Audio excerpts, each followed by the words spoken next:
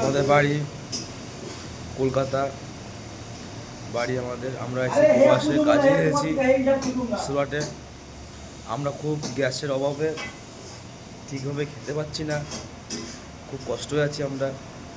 কি করব, সব শেষ, সিলিন্ডার সব কিছু শেষ হয়ে গেছে আমাদের, ঠিক আছে।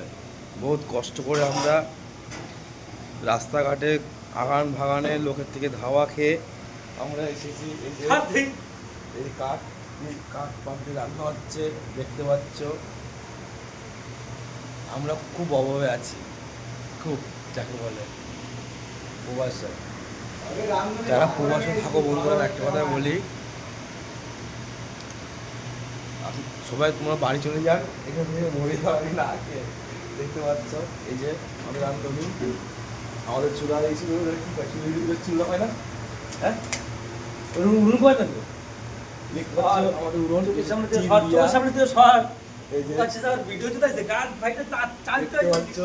আমাদের রান্না হচ্ছে বাঁধাকপি রান্না হয়ে গেছে প্রায়, ভাতও হচ্ছে।